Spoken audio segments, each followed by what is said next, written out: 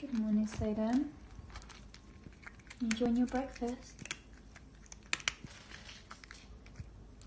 Take that as a yes. And then, what have you done? What have you done to your bed? What? Cool. We'll do that in a minute.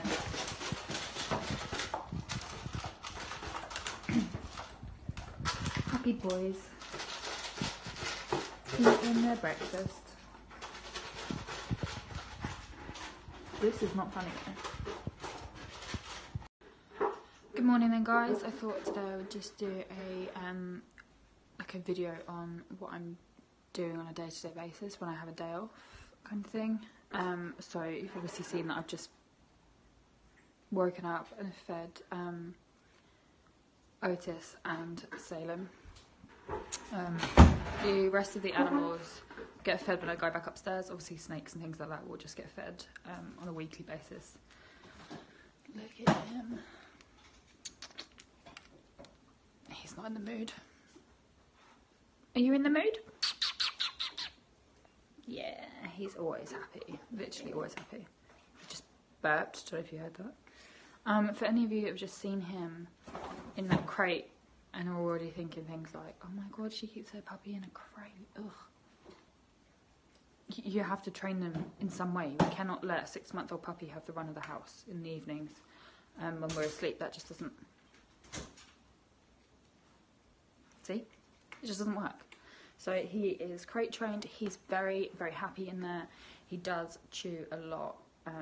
So he's pulled the bed out of the cover and stuff like that. But I can't expect him to be calm all the time. So when he does things like that, I'm not going to tell him off. Like, he's just doing it because he's bored. And he normally does things like this. I can sometimes hear him. He'll do things like this in the morning when he kind of knows I'll be waking up soon. He'll be destructive. Like, I'm awake now when he's doing this. Why? Ridiculous. But yeah, I just thought today I would do a little video of like around my home, what I'm going to be getting up to. It's not an amazing fun-filled day, but it's a day, and I thought it's one with me like documenting just like a couple of mental health awareness things as well, because I am going for some therapy today with my mum, of all people. But it's not really like therapy. She's going to be giving me some techniques on how to control like anxiety and stress and things like that. So I won't be able to film what we're doing, but I will kind of tell you a little bit about it before and after I go in to see her. Right, I'm going to make myself a coffee and head upstairs and start doing this. Brow stayed on well though. Collection Brow Gel clearly has its benefits. This ain't bad. It hasn't shifted at all. So I'm quite impressed. So I've got to Mum's and I'm just saying hello to Alf. This is Mum and Paul's dog. Match my highlighter, Alf. So hello. Hello everyone. Anyway guys, I'm just about to start my therapy bits and bobs with Mum, so I will let you know when I'm finished what it was that we got up to and what I kind of learned from it all. So I'll catch you in a bit. Okay guys, so I finished my session with Mum and I just popped into B&M in town quickly to grab a few bits, but I forgot the toilet roll, so I'm going to have to go somewhere else real quick because I moved it in there and I couldn't see it, so that's just not helpful. So I'm going to go and grab that, then I'll head home and tell you about what I did with my session, with Mum, and just go through that a little bit more, just to see if it's maybe something that you might want to try. It's definitely benefited me already. I feel very relaxed, a little bit like stoned, like a little bit out of it. It's a bit weird, but yeah, when I get back I will explain that all to you, so bear with me and I will be back soon. Hey guys, welcome back. Obviously I've told you a little bit about what I've done today. The main thing that I did was going to see my mum to do some EMDR. Now, for those of you who don't know what that is, it is a type of therapy, and EMDR stands for, I just have to check, eye movement desensitization and reprocessing. I'm just going to read you the description that Google gives you about EMDR. It says eye movement desensitization and reprocessing is a form of psychotherapy developed by blah blah blah in the 1990s, in which the person being treated is asked to recall distressing images. The therapist then directs the client in one type of bilateral,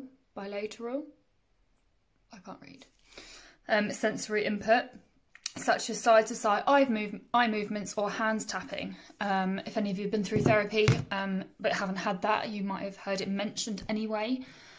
So my mum was doing it for me because obviously I've been diagnosed with fibromyalgia. Now, the reason that she thought this would be a good kind of thing to try with me is because I get pain kind of all over my body. And we then, you know, she told me a little while ago, keep thinking of things that have happened to you that have affected your body over the last however many years. And I did obviously start to, you know, think about things that have happened. And I thought about a particular incident that happened when I was 14. I was out in Hitchin after high school, like I just finished high school, and I was up with my boyfriend at the time, my friend, and then some of his friends. And we were by the Market Square in Hitchin, which was my local town. And my boyfriend's friend, I guess he was my friend at the time, was behind me on his pedal bike, a little bit further up. And I kind of knew that he was near me, and that he was like behind me. So I just, you know, I stepped out of the way so that when he came down, I was out of his way.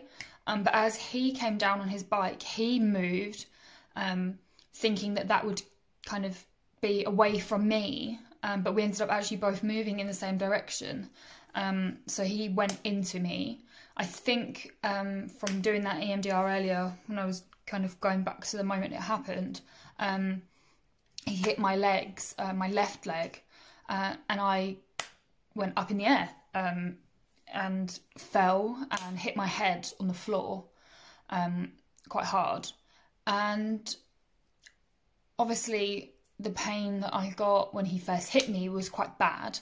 But then the next thing I can remember was waking up, because I'd obviously been like knocked out from that fall where I just kind of like hit my head straight on the floor by the market. And I woke up to an old lady leaning over me, like patting me on the shoulders, saying like, "Can you hear me? You know, tell me your name, blah, blah, blah, blah, blah." Even though my friends were around me, so she must have just thought she was doing the right thing, which is fine, because she was. I'm glad she was there, in all honesty. But it was weird because when she was talking to me, I couldn't hear her for maybe a minute. I couldn't hear what she was saying. Her lips were moving, and I could tell she was like mouthing like, "Are you all right?" and things like that, but I couldn't actually hear her. So that was a little bit weird. Then when I kind of like, I guess, came round a bit more, I could hear what she was saying, and she was like reassuring me and just like asking me like, "Are you okay? Can you get up? Blah, blah, blah." Didn't have a lot of pain through my body at that point, but I think I was more like in shock, so I couldn't feel it properly. But then kind of after that day, I think it was like the day after, I couldn't get out of bed properly.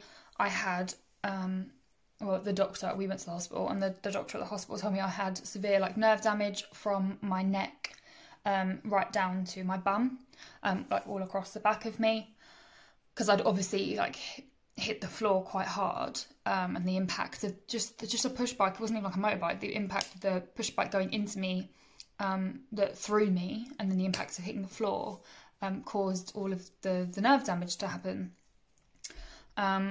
So my mum was kind of thinking, before she even, you know, did the EMDR today, she was thinking maybe your body's holding on to that pain.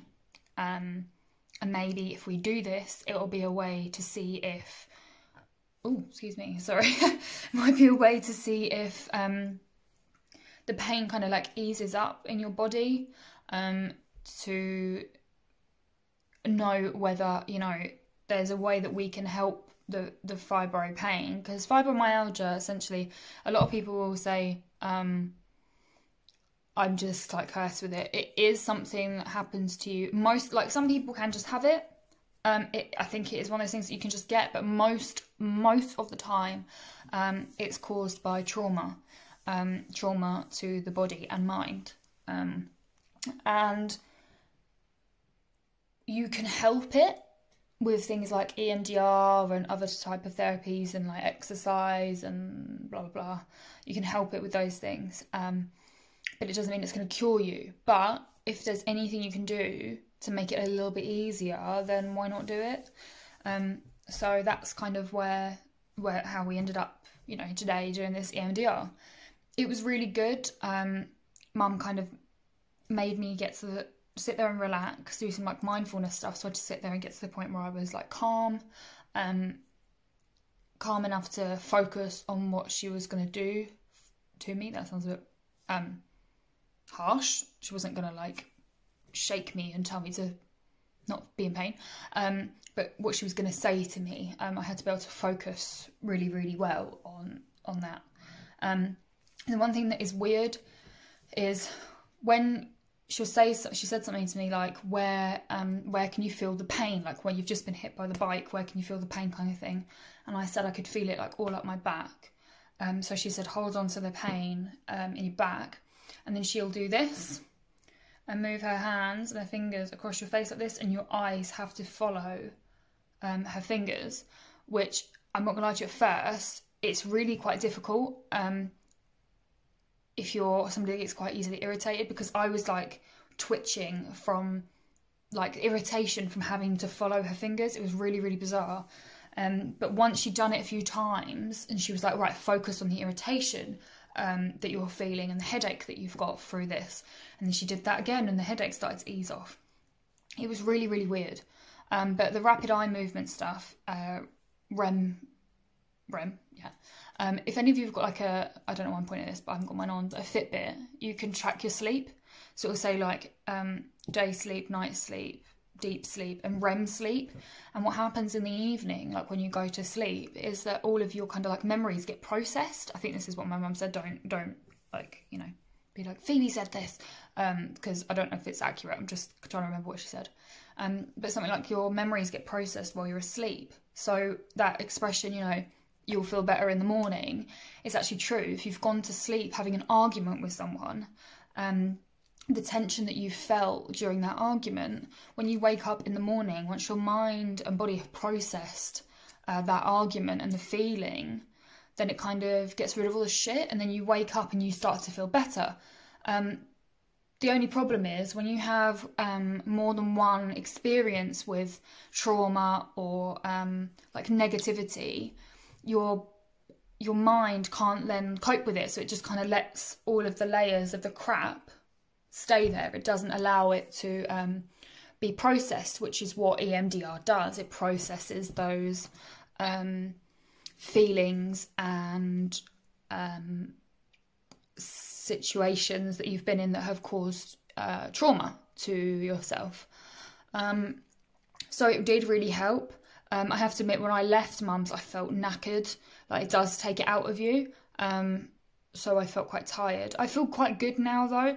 I'm a bit achy, but I think that's mainly because I've been thinking about it all, and like if I sit for too long and things happen, I start to like cramp up a little bit. So you might notice in videos like I am a little bit fidgety, because I just try and like keep myself moving. But yeah, it was really, really good experience. I thoroughly enjoyed doing it with Mum. I mean, she's a qualified like psychotherapist, so anything that she learns, she likes to try out. And she's been doing EMDR with her clients for such a long time. my voice went then. I thought it was about time that I tried it.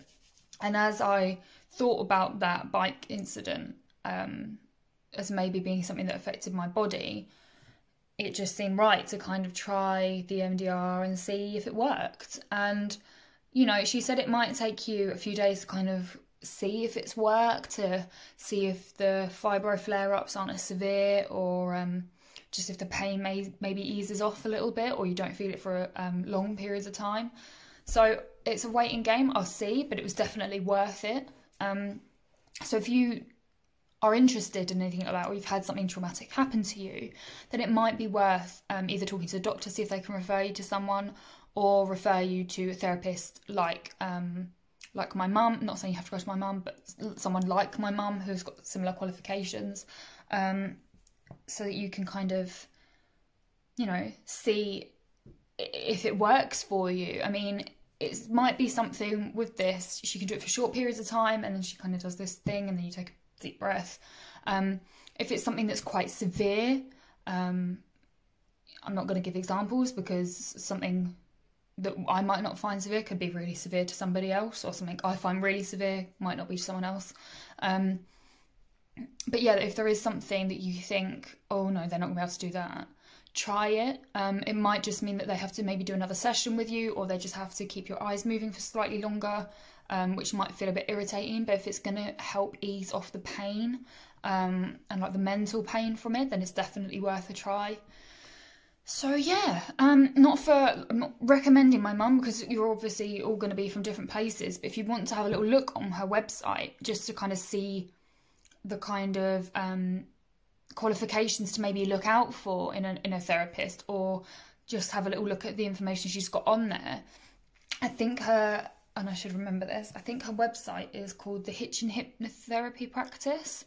It's Karen Kelsey anyway, but if you wanted to have a little look on there, then you can, because she'll have like all of her qualifications and a bit of information on like what things are.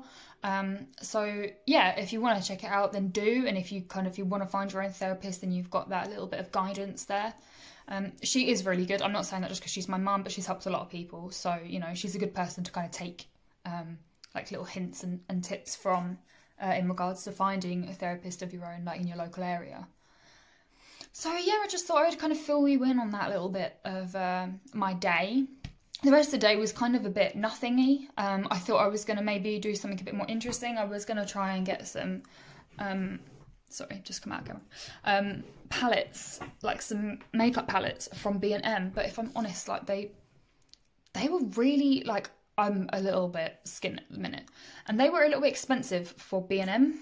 It was the one up by like McDonald's in Hitchin, if any of you are from that area. But yeah, some of the palettes, they're just like, they're a bit naff for what that, and I thought, no, do you know what, even for a video, I don't think it was worth it. So I will try and find some other bits to kind of like review and try and see if they're any good. Because not everyone's made of money, we can't all afford like really, really expensive like eyeshadow palettes and foundations and highlighters and blah blah blah blah. Like sometimes it's just not possible. I can only afford most of the stuff that I do because of my Boots discount or because of Boots points that I saved up. Otherwise, you know, it's a hard world. There's a lot of bills to pay for. I'm in my own home, like I've got shit to pay for. So but yeah, the day was kind of eventful in the sense that I got to do that with Mum, but other than that, a bit nothingy. So yeah, not really a lot to tell you, to be honest. But there will be more in my next video. I'm going to start planning them now. Now that I've done a couple, I think I'm going to start planning what I'm going to do in the videos, so that you guys can see and have a bit more of an understanding with what I'm going to do, and maybe suggest stuff that you think might be quite good for me as I'm still a newbie.